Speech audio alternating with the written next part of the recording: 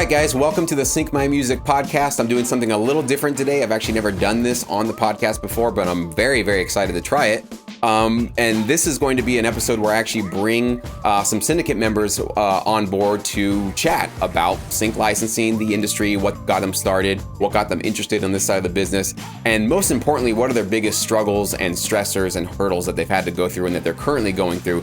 I was just talking about them before we started recording that, one of the hardest things about this business is we're so isolated. We work from our home studios. It's basically an internet-based business where you're just creating music in your home studio, sending it out to your library partners.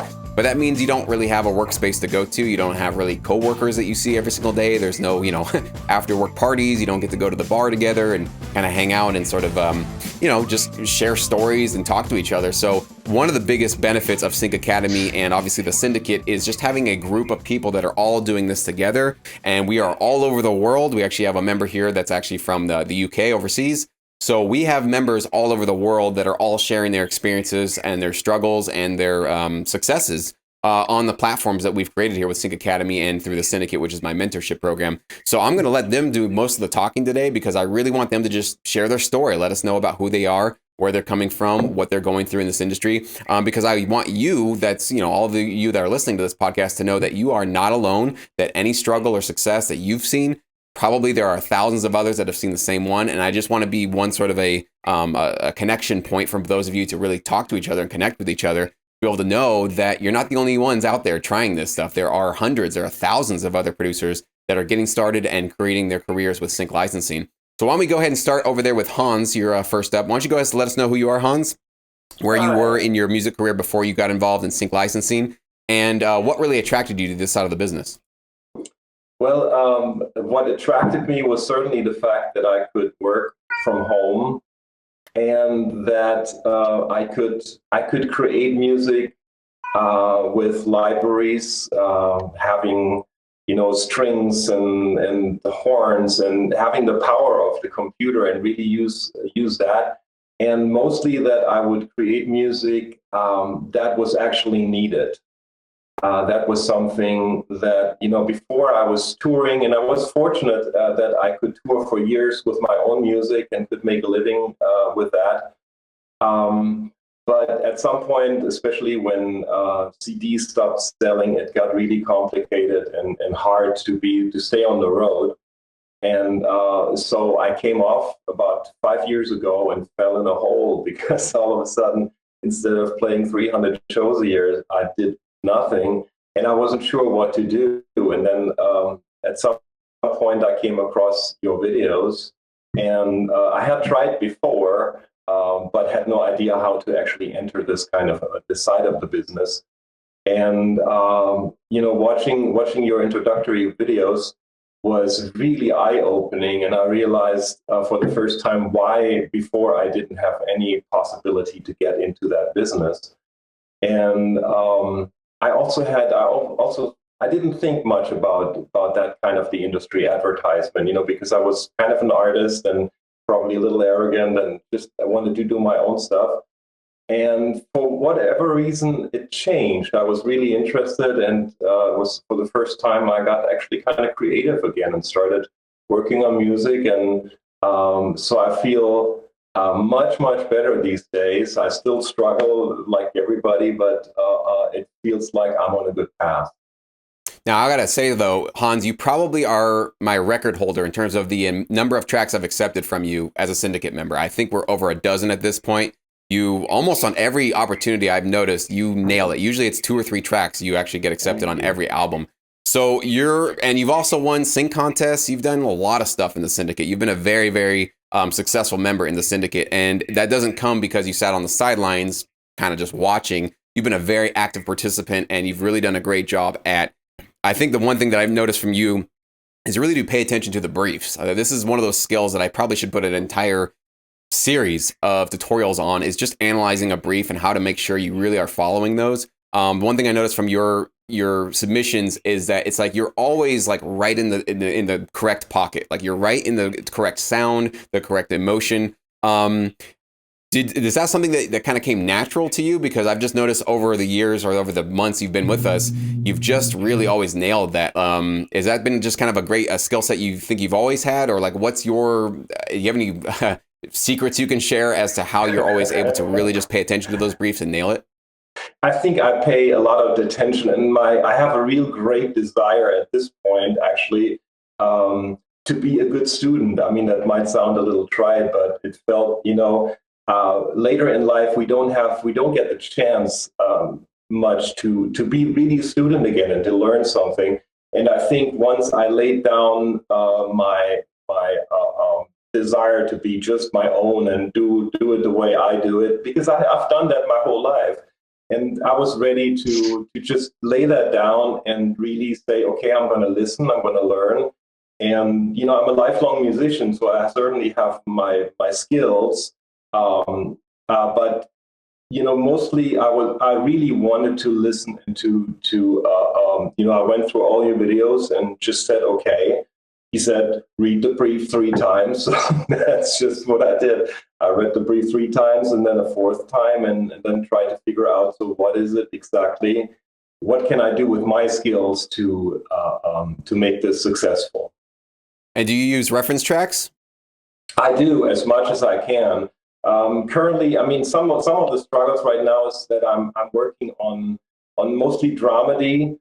That seemed to be, when I started that seemed to be something that fell in my pocket, and I knew how to do that. But there are not many libraries that I see where at this point where I know that they accept that, and it's not as popular as some of the other styles.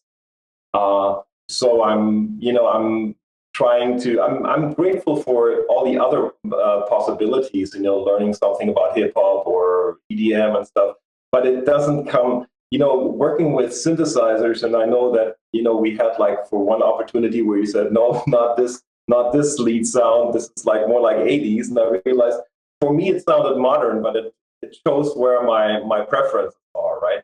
And so it's a little harder for me to work with modern sounds, but, I'll learn. So eventually I probably will get it.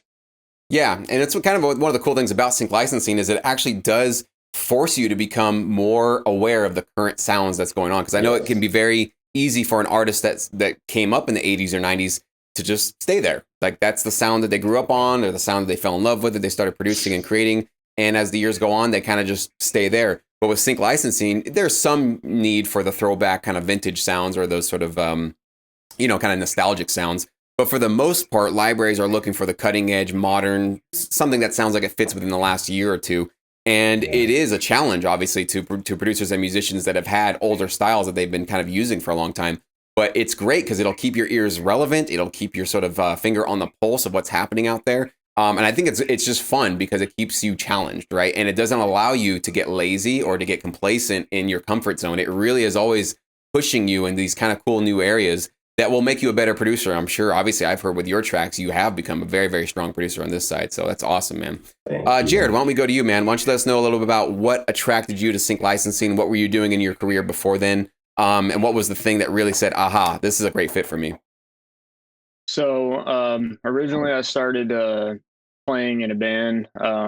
Started out about 2011 and just played shows.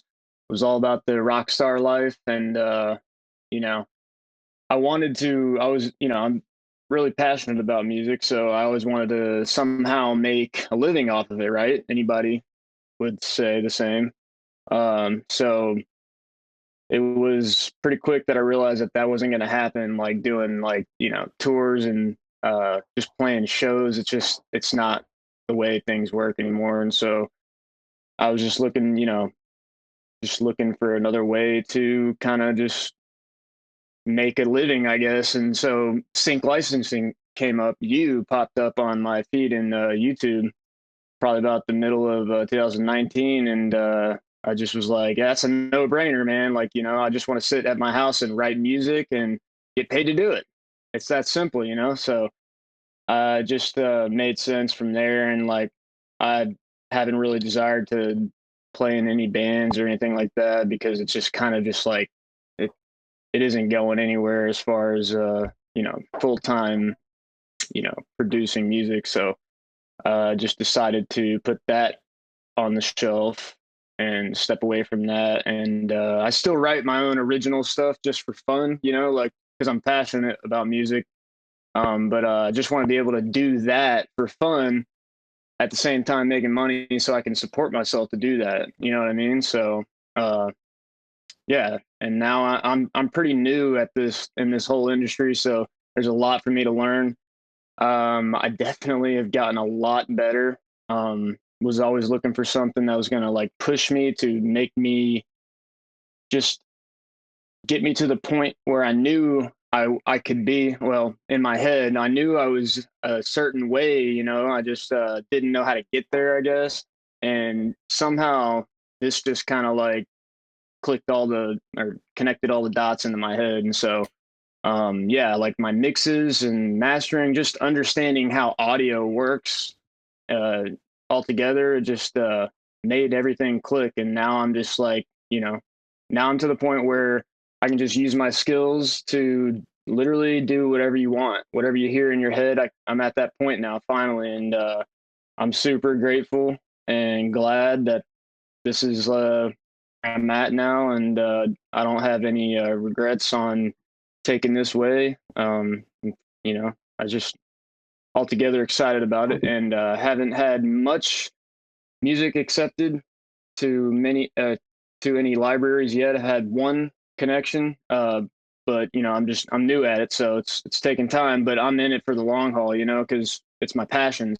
So there's no loss there. You know what I mean? So it's pretty Absolutely, man. And that's really a big yeah. thing you said there, like getting to that point where you feel that competence, where you get a musical idea and you can actually create it. I mean, that is a big thing, man. because that's probably one of the biggest stumbling blocks for most producers, is having this beautiful idea in your head and then just, I can't find the right sound. It's not coming together. This chord progression is not what I was hearing. And the whole thing kind of just starts to fall apart. And I've been there so many times. So I know what that feels like to be like, it's not just about frustrating. Like, it's not just frustration, it's like angst. It's like this absolute, like, bottom of your gut sort of dissatisfaction, because it's what you're called. It's what you're called to do on planet Earth. It's the one thing that you have the most use for on planet Earth, and you can't do it. It's just a little bit out of reach. So that's a big thing, man. Let me ask you, I'm just kind of curious, with your band playing live shows, what was the thing, what was your strategy, your business plan as a band, as an artist, to turn that into full-time income? Did you guys have a sort of step-by-step, okay, we're going to do this, this, and this,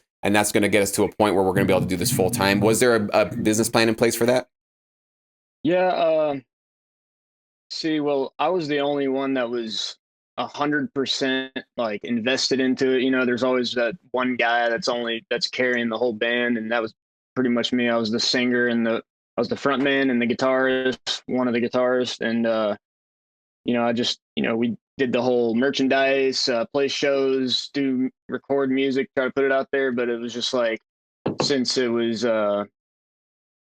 not everybody was on that same page, it was kind of hard to do it. So I couldn't do all that on my own. You know what I mean? Especially when there's people that are tied to me that are basically going the opposite way, not trying to invest their whole heart into it and all that. But were you guys trying to maybe go like the direct route to a major label, get signed, or were you guys trying to do a complete indie thing where you would build up your own independent fan base and do like a Patreon support us kind of thing? Like, what was your goal for getting to full-time income? Yeah, I think it was just trying to go to the label, like just go to like a traditional, like get signed to a label. And it was just like, that stuff's, everybody knows that's a sketchy game right there. So I just didn't want to do it. We had one label we looked at down in Orlando, Florida, but I just didn't ever go to anything. I just I liked, which was why I was so attracted to the music licensing thing, because it's just like I just make something and then sell it to somebody, basically. You know what I'm saying? And there's no problem with it, and it just works easier that way, and it's no brainer. So that's what.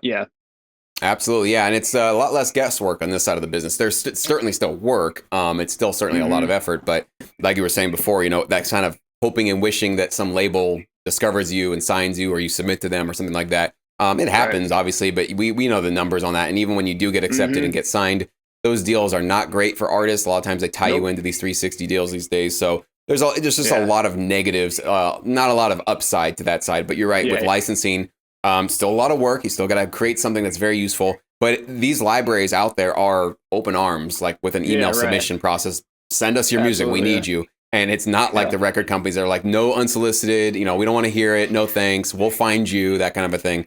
So this is a much more of a service oriented side of the industry. And I agree with you that was what really attracted me. I was like, I'm sitting there going to these sessions till 2, 3 in the morning, hoping to get a placement, playing guitar on all these different producers' tracks, thinking like one of these days I'll get a deal or something. I had really no plan at all. And then when licensing came in, it was like, hey, just make me 12 tracks and I'll pay you this much. And then you can start earning royalties when you get placements. I was like, see, that's a no-brainer. That's like you said, I immediately can start putting this stuff to use and I can be valued and somebody can actually give me a contract and a check. So that's awesome, man. Exactly. Yeah. So, Peter, you're third on the list here. Why don't you let us know about who you are, where you come from with your music career, and what attracted you to Sync Licensing? Absolutely. First, I apologize about my technical issues, and no problem. I really appreciate you including me in this podcast today. It's an honor to be here. So my background is very similar to most of us. Played guitar in progressive metal bands, and did all of that, recording studios, and that kind of dovetailed into a career as an audio engineer and producer.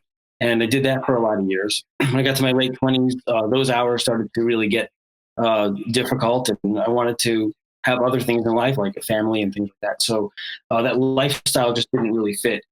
And the idea of having music in my life was never a negotiable factor for me. I love music. I've been studying music my whole life. I'm classically trained. But it became less important to make it a career and to pursue other things in my life. In the interim between then and now, I've never lost those skills. And back when I was producing and working in studios, I also started doing some sync licensing with a friend. Actually, we didn't even know that it was sync licensing, what we were doing. We had a friend at a network who said, hey, you guys make some music and drop a CD on the desk and I'll play it on the show. And we did that for a few years. Our contact at the network eventually left. And then with that, our sync licensing career. So we didn't really have the business skills or the knowledge to pursue it and to continue on in that direction. So the business fell apart. And then in between then and now, which was about 10 years, 15 years, my skills became less relevant. My sound became more dated. And the thing that hit me the hardest when I started looking at this again in early 2019 was I have good mixing, mastering, and producing skills. I'm a good engineer. I can write good chord progressions and melodies, but my stuff just isn't sounding like the rest of the things out there. And then it was around that time that I found your videos. I was at a stoplight in a lot of traffic coming home from work, and I was looking for something interesting to listen to, and there you were. And that's when I joined the Sync Academy. And I spent a lot of time listening to the videos and getting my sound to be more relevant, learning things about how to create an orchestral piece, for example, that sounds modern. To me, the idea of putting risers and hits in an orchestral piece was hybrid, but that's actually what we would consider the standard format for that type of music now. And what I was missing and what really got me in all of this was being able to look at it like a service business and saying, I have these skills and how can I apply and direct them into this industry so that I can be useful to this industry. And that's something that you always stress. That's something that really resonated with me. I, like everyone else here, always heard your stuff would be great in movies. And what I would say to somebody who's young and upcoming and learning the skill, I would say, you have a knack for this. You should find out how to apply what you're doing to direct it toward movies, which is really the better advice. So what attracts me to this business is I love doing music. That's my first passion. I would love to make that my full-time income. And I'm not interested in being pretty or famous or known. I'd rather just hide in my studio, do my thing, and close it up at the end of the day and move on. So and to be able to do this, and make money doing it is really a dream we're all looking for, and it's exciting.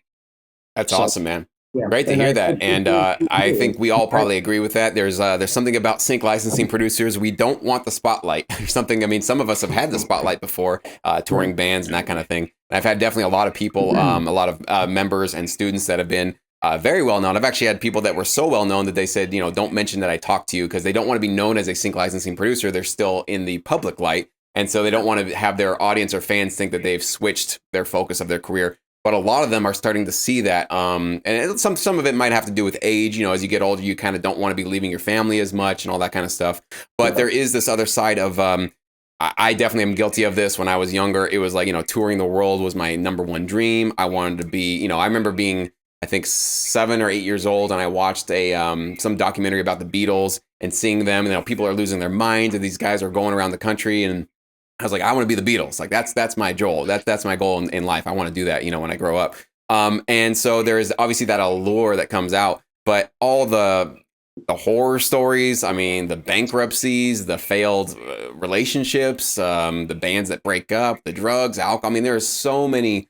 The music industry is a very, very, very dirty business. I actually just watched this documentary about Amy Winehouse and just the sad story behind her. And it is such a brutal, sometimes very disgusting business to be a part of. And so I think part about what I love about, at least for my personality, and maybe you guys would agree, is when you are just more into the art and the craft of creating music, and it's not about all the extracurricular stuff, right? All the press, the red carpets, the stage, the lights, the fans, the groupies, the band drama, just all that stuff that just becomes kind of noise. That usually, if you see all these sort of documentaries about artists that don't do well, is like all that stuff gets in the way of what they got into it for in the first place, which was just the love of creating music, of writing a song, of writing a melody.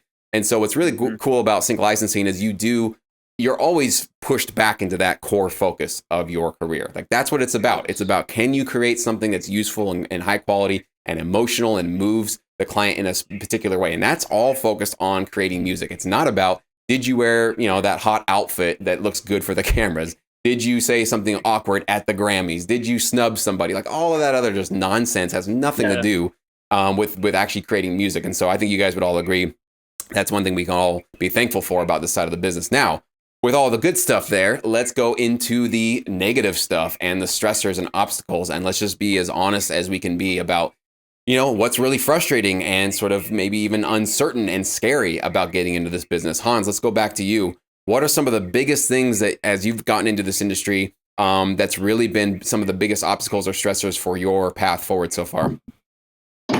I think certainly the business side of it, I was always, that was always a part for me that is, I don't know yet exactly how to solve that.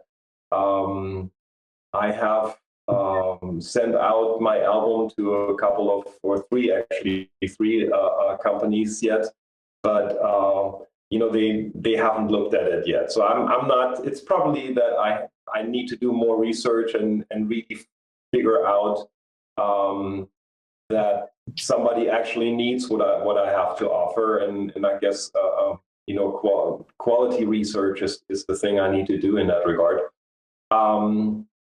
Sometimes it is the loneliness of I miss community, and like I said, I played 300 shows before, so I had a lot of contact to people. I felt like I'm doing a good thing in life.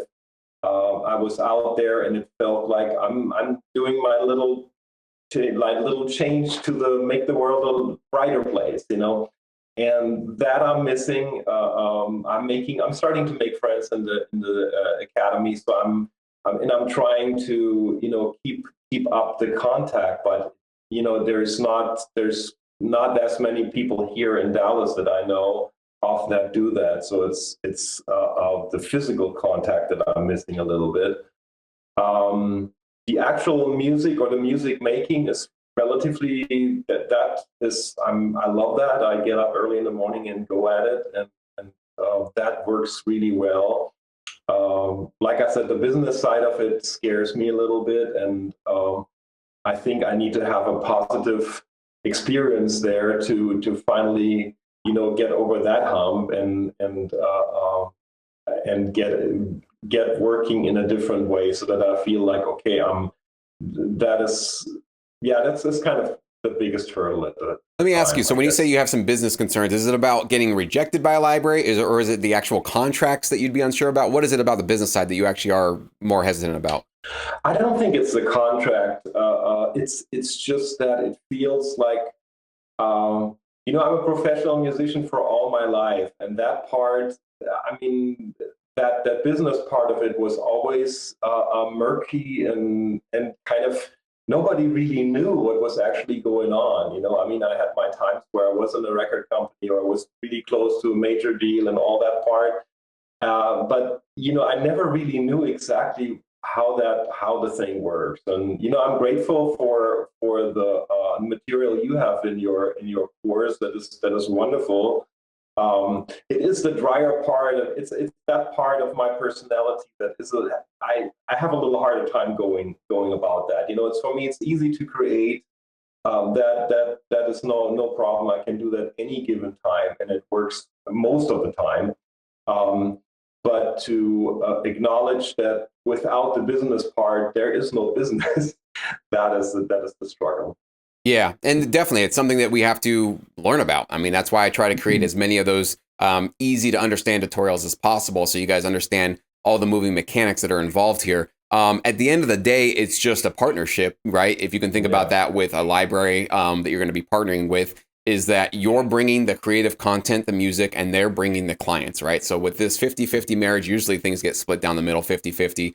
And that's basically what the partnership is. As long as you keep supplying them with high quality music, they keep accepting your music and pitching it to their clients. And of course, within that, there's the, PRO registrations and consideration fees, sync fees. There's a lot of stuff, obviously blanket fees. There's a lot of stuff that are the moving pieces in between all of that. But I think a lot of that you can kind of hopefully not get too overwhelmed if you just see it as, if you just hired somebody to do a job for you, is that like you're supplying them money, they're supplying you the service. And then with libraries, it's basically you're supplying the music, they're supplying the placements. And so it's just that sort of business kind of partnership in that way. And definitely, Hans, you have incredible music. You should be partnering with at least one or two libraries. I don't know. Did you say you had submitted yet, or you haven't submitted yet? I did. I created my licensing website and had all that stuff. Followed your example there. It was really good. And then I made the page with like the address. The page address was the company that I was supplying to, and I thought I did a few days of research and I made a number system, which library would be the most, which library had some of the music that I was supplying. And then also like which had music where I thought like, my music is in the realm and even a little better.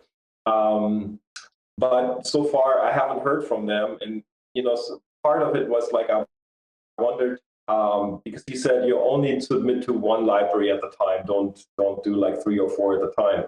And so I did that. And then I thought like, well, if I don't hear from one within a month or 2 months, and maybe I don't hear from the second company the same way, one month or 2 months, there's almost half a year gone without anything happening. So I was kind of like, how shall I approach that? Yeah, I can give you a quick tip here. So I don't think you should be waiting a full month to hear back from a library. I think you basically give them 1 week, maybe 2. 2 is being very generous. Give them 1 week after you've submitted, and if you don't hear anything, it's great to send one follow-up email.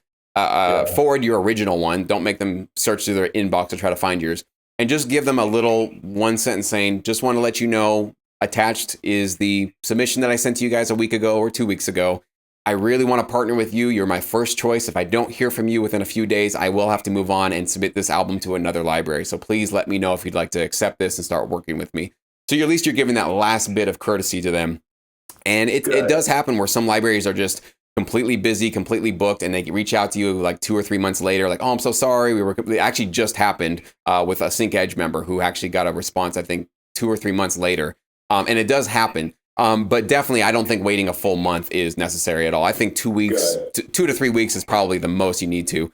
And the way to get around probably the fear or the insecurity of like, well, if they say no, and then they say no, and then they say, that kind of definitely can start to just kind of mess with your head, and all these voices get in your head like, well, maybe I'm not going to be a professional. Maybe this isn't good for me. The way to get around that is just to make a list of probably 5 libraries, prioritize them, number 1, number 2, 3, 4, 5. and then basically just do an Excel spreadsheet and say, all right, date that I initially submitted, date of the follow-up, yes or no. Basically 4 columns: name of the library, when you submitted it, when you did the follow-up, and if they obviously accepted or not accepted. Keep yourself organized that way. That way you know the dates of when you submitted, you know how to follow up with things, and then just cross it as if it's just a to-do list, right? And try not to get that personal investment of like, well, if I don't get accepted by them, then I'm a failure. No, you have a list of 5 libraries, right? So go through 1, 2, 3, 4, 5. Now, if you get through 5 libraries and all of them said no, it could be obviously that your music wasn't ready for them. Hans, I don't think with you that's going to be the situation. If you see that, probably likely what would it be is that your music just wasn't like a relevant fit for their clients or what they were really pitching. And they might have thought your music was great. It just wasn't perfect for what they could probably get placed. And of course, they're not going to just accept music because they like it. They have to obviously see the marketability of it. They have to be able to actually place it with their clients. So that's my antidote to, that stress or that overthinking or over worrying. And is this really going to work out or not? Put all those thoughts aside and put it in a list and just mark it like a to-do list. Like you're doing your daily, I got to do laundry. I got to do this. I got to do that. There's really, the reason why we do that is to make sure that we keep ourselves on track and we don't overwhelm ourselves and overanalyze, all these different tasks we have to do. But just put a list together of your top 5 choices and go from there. Once you get through the end of those 5 and you still don't see the results, then that's probably the time to do a reevaluation. Is it the music? Maybe my approach wasn't the right way. Then you can start thinking about those things. But I wouldn't be worried about those things really in that submission process, or try not to. I know it's probably easier said than done. So, but definitely I think you could find the right library. But yeah, let's not do a month at a time. No, you definitely don't need to wait that long. I just say do not do all 5 at once. That's what I would not say. Let's say you have one album. You do not want to send that to 5 different exclusive libraries and just see who bites, because you might have just made 4 enemies out of that, right? If they all come back to you, you got to basically say no to 4. You did a bait and switch on them. Nobody likes to be treated that way. And if you want to partner with these people down the road, not a good way to start your relationship off. They'll remember that, right? So that's awesome, man. Well, thank you, Hans, for sharing your thoughts on that. Jared, what are some of your biggest stressors or obstacles in sync licensing? I think the biggest thing with the whole process is just the contract thing, which after hearing what you guys were just talking about, not really that stressed about it that much anymore. But it really is just like a bunch of overthinking it, and it's just not that complicated, I guess. And all of my thing is just knowing upfront about like how long a contract is, and just being 100% sure about like what I'm getting involved in, you know what I mean? Because like nobody wants to get tied up in something that they're not really understanding, or like or involved with a company that's not really, doesn't really care about the, I guess, producers' well-being or whatever. I don't know. But just really just understanding that. And like you said, it's like, I do other work too, right? Like I do interior condo painting over where I'm at. And so it's like, just, it's the same thing, just look at it as the same thing. You're just doing a job for somebody, and just, don't overthink it at all.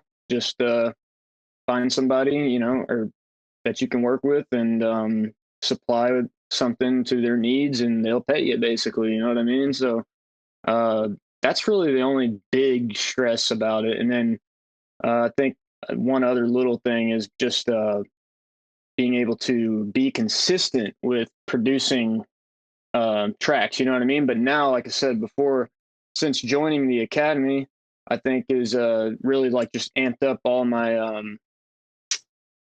skills, to where now I'm just like, there's no problem. I can literally just pump out a track in a couple of hours, you know what I mean? Because now you know what's going on. Like, you just throw a tambourine in here on this part, take it out here, add this there, break here, just now you got, I don't know, those are about the only real stress factors for me, I guess. So but, yeah, and I can talk a little bit about that contract term, or just any part of an agreement that you're just unsure of.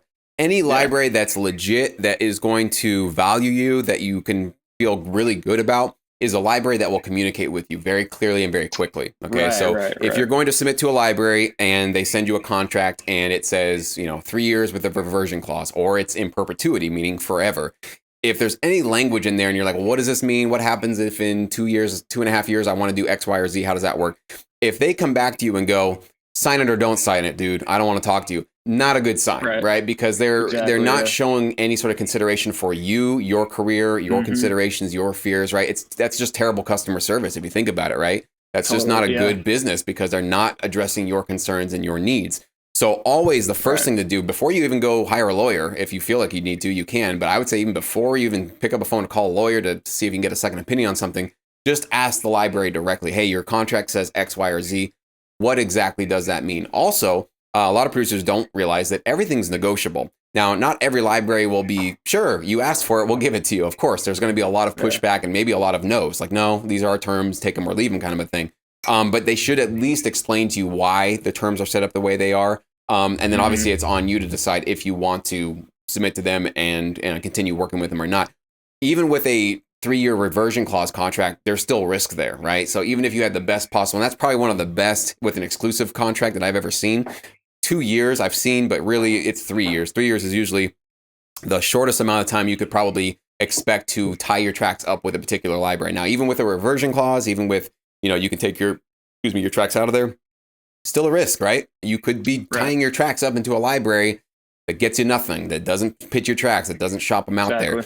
So that is one of those things. I can't give you a clear, 100% crystal ball look into the future. Yes, this library will get you 45. I mean, of course, nobody's going to be able to do that for you.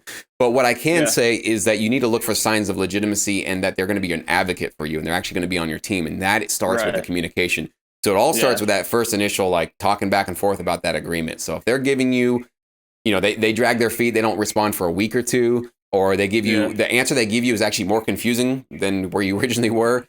These are the things that I say, look for that as a potential red flag to maybe move on to another company. But any company, any legit library that cares about you, that has the resources to invest in you, they're going to do everything they can. They'll even offer a really great library will get on the phone with you immediately and say, you know what, let's talk about it. Give me your phone number. Let's talk. They'll want to make sure you understand what they're doing because they care. It's a very small industry, guys. So a library that does these little shifty moves, trying to get library or composers to sign these really bad deals, they're going to be found out in 2 seconds and they're out of the business. And word spreads around. Word and Sync Academy spreads. Word and other licensing forums and other composer community spreads. Those libraries are out of business very, very quickly if they're doing something like that. So it's not a very common thing you're going to deal with. But what could happen, though, is you could partner with a library that might be legit, might be getting great placements for some of their composers. But maybe for you, they're just kind of not giving you the time of day because you're kind of an auxiliary addition to their core team. Right. And maybe just right now, you're not really in their priority list, right? So those are the things that you should be looking for to see, do these people even care about me? Do they want me to be on their roster, or am I just kind of another number to them? There's a video I'm actually going to release on my YouTube channel. Maybe by the time this podcast airs, you guys have already seen it, where one of the quickest tips for how to determine whether or not a library is a good one to submit to is how difficult it is to be accepted by them. In other words, if you go to a library site and there's a link that says, you want to be a composer? Click here, create your account, upload your tracks. Here's our agreement. Thank you. Bad sign, right? Because if it's that easy to get into this club, that means anybody is on their platform, right? They're representing anybody's music. There's no quality control. They don't care about you. They're not even going to talk to you. There's no barrier to get accepted by them. So they don't have the resources or the interest to try to even work with you on a one-to-one basis. So the more it's frustrating because yes, it's the more difficult ones to get into are usually the ones you're going to have those long-term 3, 4, 5, even 10-year long relationships with them where you're going to continue working with them. That's basically what I've done in my career is these libraries, they become one of your, I text some of my library partners more than my family members. It's just they're always talking to you and asking you, what can you do? Can we do this? Here's another gig. Here's another opportunity, right? And that happens when you really have to go through some of these little obstacles and kind of some of these hoops that you have to jump through to get into them. But it's a good thing if you're willing to participate or willing to commit and really work hard. So I would say just look for those communication signs and you should be all right. Peter, why don't you go ahead and let us know about your concerns, your issues, some of the things that have really maybe even bummed you out about the sync licensing business? Well, one of my biggest frustrations is, I do have limited time to work on music and focus on this. I'm fortunate that I can have regular schedule time and I know how long it takes me to get things done so I can commit to certain things and choose not to commit to other things. But my biggest frustration is knowing whether or not the time I'm spending on this particular effort is moving me in the right direction. And you mentioned in a couple of your podcasts the idea of chasing around different aspects of the music business. But to me, there's actually a way of chasing even inside the small community of sync licensing. I don't want to do this, that. I want to submit to libraries. When do I work on my album?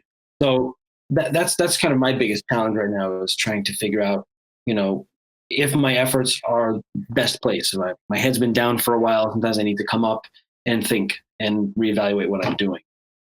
I'm really glad you brought that up, man. That was a really, really powerful point. I didn't even think about that. Yes, that is a big problem inside of the sync licensing business. It's not just that, okay, I'm in sync licensing, now I'm going forward. Not really, because I know that there are producers that are like, all right, I'm going to go for an exclusive library. I got rejected. Okay, I'm going to go for a non-exclusive one. Okay, now I'm going to go do Song Trader. Now I'm going to go do this. Now, okay, now there's this like 6-figure opportunity that I saw that I can submit. I just got to pay $35 and I'll get it.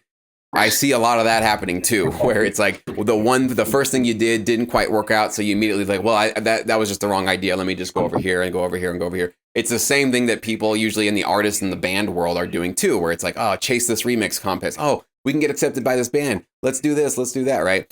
This next social media platform or this next social media campaign strategy is going to rocket us to the moon. So there's always this, you're chasing your tail. You're never really sticking with one thing and just going to your core competency and just grinding it out, right? And just going forward. So I will tell everybody, you guys here with me on this podcast, everybody watching, I think the clearest path to full-time income, to make sure you are on a very clear and narrow path, is to partner with 2, maybe 3 if you can handle it, but 2 for sure exclusive libraries.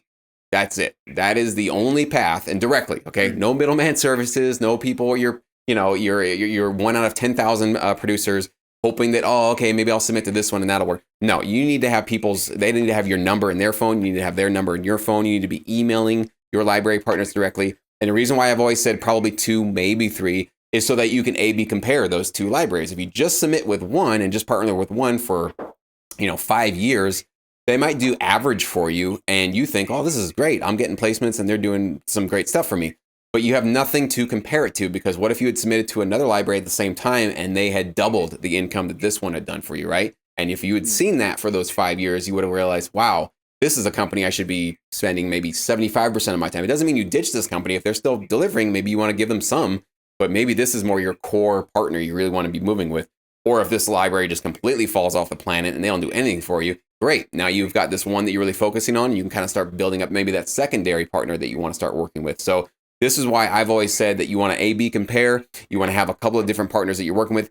Obviously, big disclaimer, don't overwhelm yourself. So I've known some Syndicate members and some Sync Academy members that are working with like 5 or 6 libraries at the same time. And I'm always just like, be careful. Be very careful, because you run the risk of not supplying and satisfying any of them, right? They all will think that you're kind of flaking out because you can't keep up with the demand.